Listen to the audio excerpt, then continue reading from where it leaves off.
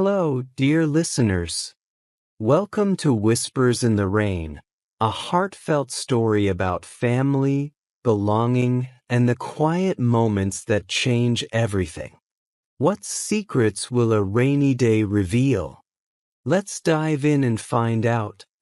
When I was a boy, I always thought my parents loved my sister, Emma, more than me.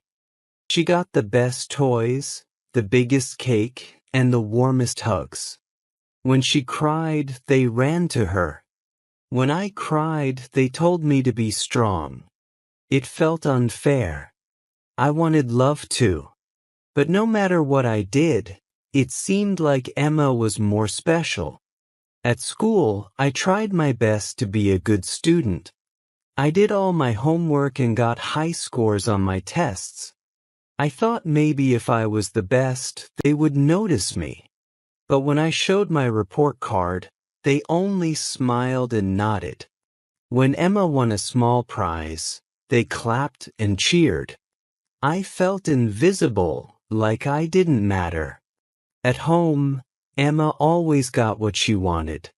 She chose what to watch on TV. She got the last piece of cake. She had a big party for her birthday every year.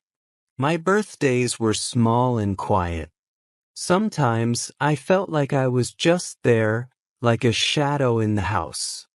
I didn't hate her, but I wished I was important too. One day I sat alone in my room and thought about it. Why did they treat us so differently? Was I not good enough? Did I do something wrong? I wanted to ask them, but I was afraid of the answer. Maybe they would say yes. Maybe they would say Emma was better than me. The thought made my chest feel heavy. That night, I finally found the courage to ask my mom. I looked at her and said, "Do you love Emma more than me?" She laughed and said, "Don't be silly." But she didn't say no. She just smiled and walked away. I lay in bed, staring at the ceiling, feeling more alone than ever. The days passed and I stopped trying so hard. If they didn't care, why should I? I didn't show my report card anymore. I didn't try to win their attention. I stayed quiet and watched as they hugged Emma and called her special. Maybe I was just not special enough. Then one day, everything changed. Something happened that made me see things in a new way. It was a day I would never forget. A day that made me understand the truth. A day that showed me I was never really forgotten. It was a rainy afternoon when everything changed. I sat by the window, watching the raindrops hit the glass. Emma was in the kitchen with my mom, laughing about something. My dad was reading a newspaper. I felt like I was in a different world, one where no one noticed me. I wanted to leave, to run outside and let the rain wash away my feelings. But I just sat there, waiting for nothing. Then, I heard a loud crash from the kitchen. Emma screamed, and my mom shouted her name. I jumped up and ran to see what happened. She had fallen, and there was hot tea all over the floor. My mom held her, checking her arms and legs. My dad rushed to get a towel. I stood there, frozen, not knowing what to do. My heart pounded as I watched them. Emma was crying and my mom hugged her tightly. "It's okay, my love," she whispered. My dad cleaned the mess quickly. No one looked at me.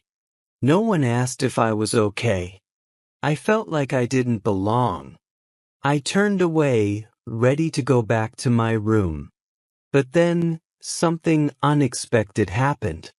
Emma reached out her hand and held mine. Her fingers were small and warm. She looked up at me with teary eyes and said, "Stay." Her voice was soft, but it felt like a command. I didn't know why, but I stayed. I sat beside her while my mom checked her burn. My dad finally looked at me and said, "Can you get some ice?" His voice was calm, but there was something different in it. I ran to the fridge and grabbed the ice pack. When I gave it to my mom, she smiled at me. "Thank you," she said. Just 2 words, but they felt big. I sat down again, watching Emma hold the ice to her skin. She leaned against me, resting her head on my shoulder. It was small, but it was real. That night, I lay in bed thinking about what happened. It was the first time Emma reached for me instead of my parents. It was the first time I felt needed. Maybe I wasn't invisible after all. Maybe I was part of something, even if it didn't always feel that way. I closed my eyes and listened to the rain outside. For the first time in a long while, my heart felt light. Something had changed that day, even if I didn't fully understand it yet. And deep inside, I knew this was only the beginning. The next morning, I woke up feeling different. The house was quiet, but I could hear Emma talking to my mom in the kitchen. I stayed in bed for a while, thinking about yesterday. Her small hand holding mine, her head resting on my shoulder. It was such a simple thing, yet it stayed in my mind. Maybe she didn't see me the way I thought. Maybe I wasn't just a shadow to her. I finally got up and walked to the kitchen. Emma was sitting at the table, her arm wrapped in a bandage. She saw me and smiled. "Good morning," she said. Her voice was soft, but it was the first time she spoke to me first. I nodded and sat down across from her. My mom placed a plate of toast in front of me. "Eat before it gets cold," she said. Her voice was kind. It felt different. As I ate, I noticed my dad watching me. He didn't say anything, but he seemed to be thinking. After a moment, he put down his coffee and said, "You were helpful yesterday." His words surprised me. I looked up, unsure what to say. He gave a small nod and went back to his newspaper. It wasn't much, but it meant something. Maybe he had noticed me after all. The day passed slowly. Emma stayed near me more than usual. She asked me to help with her schoolwork. She followed me to the backyard when I went outside. At first, I didn't understand why. But as I watched her, I realized something. Maybe she had always wanted to be close to me, just like I had wanted to be close to my parents. I had spent so much time feeling forgotten that I never saw how much she looked up to me. That night, I sat on my bed, staring at the ceiling again. But this time, I didn't feel alone. Emma's small voice echoed in my mind. My dad's words lingered in my head. My mom's soft smile stayed in my memory. Maybe I had been wrong all along. Maybe I wasn't forgotten. Maybe I had just been looking in the wrong place. I turned off the light and closed my eyes. For the first time, I didn't wish to be the favorite. I didn't wish for more attention.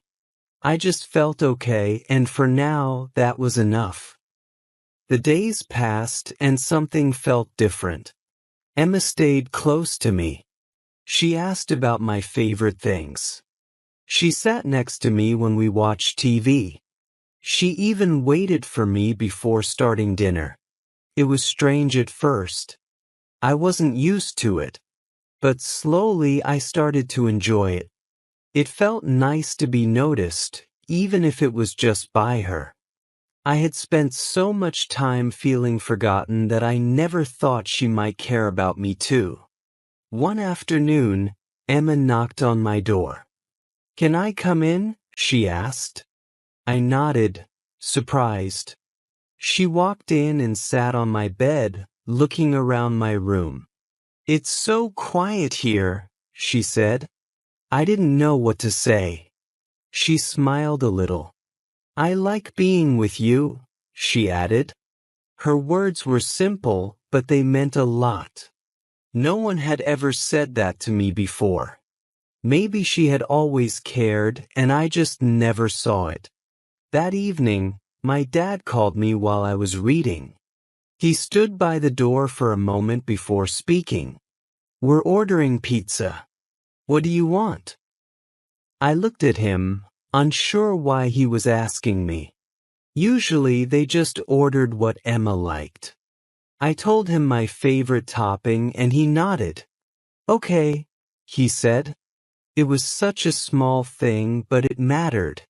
For the first time, I felt included in something. When the pizza arrived, we all sat together at the table. Emma moved her plate closer to mine. My mom asked me about school. My dad passed me the soda first. The conversation felt different, warmer, like I was finally part of something, not just watching from the side. I didn't have to try so hard. I didn't have to fight for attention. It was just there, naturally. After dinner, Emma followed me to the living room. She sat beside me and leaned her head against my arm. "You're my big brother," she said softly. "That's special." I looked down at her, feeling something new in my heart. Maybe she had always looked up to me. Maybe I had spent too much time focusing on my parents that I never saw what was right in front of me. That night, as I lay in bed, I thought about everything. Maybe my parents didn't love Emma more. Maybe they just showed love in different ways. Maybe I had been so busy feeling left out that I never noticed the small things. The way my dad patted my shoulder sometimes. The way my mom always saved my favorite snacks. The way Emma smiled when she saw me. I turned off the light and closed my eyes. For the first time in a long while, I didn't feel alone. I didn't feel forgotten. I felt like I belonged. And maybe, just maybe, I always had. The next morning, I woke up feeling lighter. The house was quiet, but it didn't feel empty. I could hear Emma humming a song in the kitchen. I could hear my dad talking to my mom about something funny. It was the same house, the same people, but something was different. Or maybe I was different. Maybe for the first time, I was letting myself see the love that had always been there. When I walked into the kitchen, Emma looked up and smiled. "I made your favorite toast," she said, pushing a plate toward me. I sat down, surprised. She had never done that before. My mom poured me a glass of milk without me asking. My dad asked about my homework. It was all so simple, but it felt new. It felt like I was part of the family, not just someone sitting in the background. After breakfast, Emma followed me to the backyard. "Can we play a game?" she asked. I almost said no. I wasn't used to spending time with her like this. But then I saw the hope in her eyes, and I nodded. We played for an hour, laughing as we ran around. My parents watched from the porch, smiling. It felt strange, but also right, like this was how it was always supposed to be. Later that day, my dad called me into the living room. He was holding an old photo album. "Come sit," he said, patting the space next to him. I hesitated, but then walked over. He opened the book, showing pictures of me as a baby. "You were our first," he said, "the one who made us parents." His voice was soft, full of warmth. I looked at the photos, me in my mom's arms, me on my dad's shoulders, me playing with Emma when she was just a baby. I had never thought about it before. I had spent so much time believing I was forgotten that I never noticed these memories. My dad pointed to a picture of me holding Emma's hand when she was learning to walk. "She always followed you," he said with a smile. "She always wanted to be like you." I looked over at Emma, sitting on the floor and flipping through another album. She looked up at me and grinned. I finally understood. That evening, we all sat together for dinner again. My mom told funny stories about when I was little. My dad laughed as he remembered the time I tried to build a treehouse and got stuck. Emma listened, wide-eyed, asking questions about things she didn't remember. For the first time, I felt like I belonged, not because I tried to be special, but because I was already part of something special. That night, as I lay in bed, I thought about everything. I had spent years believing a story that wasn't true. I wasn't forgotten. I wasn't unloved. I was just looking in the wrong places. Love had always been there, in the small things, in the quiet moments, in the way my family had always been around me. I just had to open my eyes to see it. I closed my eyes, listening to the soft sounds of my family in the house, Emma's laughter, my mom's voice, my dad's footsteps. I smiled to myself. I wasn't alone. I was never alone. And now I finally knew that. The next day I felt different, lighter, happier. The house no longer felt like a place where I was ignored. It felt like home. Emma sat beside me at breakfast, talking about her favorite cartoon. My mom laughed when I made a joke. My dad asked if I wanted to go with him to the store. It was a small moment, but it mattered. It showed me that I was part of this family, not just someone watching from the side. That afternoon, Emma ran up to me with a notebook in her hands. "Can you help me with my homework?" she asked. I usually said no, but this time I nodded. We sat together, going over her questions. She listened carefully, writing down every word I said. "You're really smart," she told me, smiling. I never thought she saw me that way, but maybe she always had, and I just never noticed. Later, my dad asked me to help him fix something in the garage. I followed him, and we worked together in silence. Then he suddenly spoke. "I know you used to feel left out," he said. His voice was calm, but I could tell he had been thinking about it for a long time. "We never meant to make you feel that way." He looked at me, waiting for a response. I swallowed hard, then nodded. "I know," I said quietly, and I meant it. That night, we all sat in the living room watching an old family video. I saw myself as a little boy running around with Emma. I saw my parents laughing, holding us close. I had been part of this family all along. I was never forgotten. I was never alone. I just needed to open my heart to see the truth. As I went to bed, Emma peeked into my room. "Good night," she said softly. "Good night," I replied. She hesitated for a moment, then smiled. "I'm glad you're my brother." I smiled back, feeling warmth spread through my chest. "Me too," I said, and for the first time in my life, I truly believed it. And that's the end of Whispers in the Rain. Have you ever found meaning in the small moments of life? Share your thoughts, and stay tuned for more stories that touch the heart. Thank you for listening.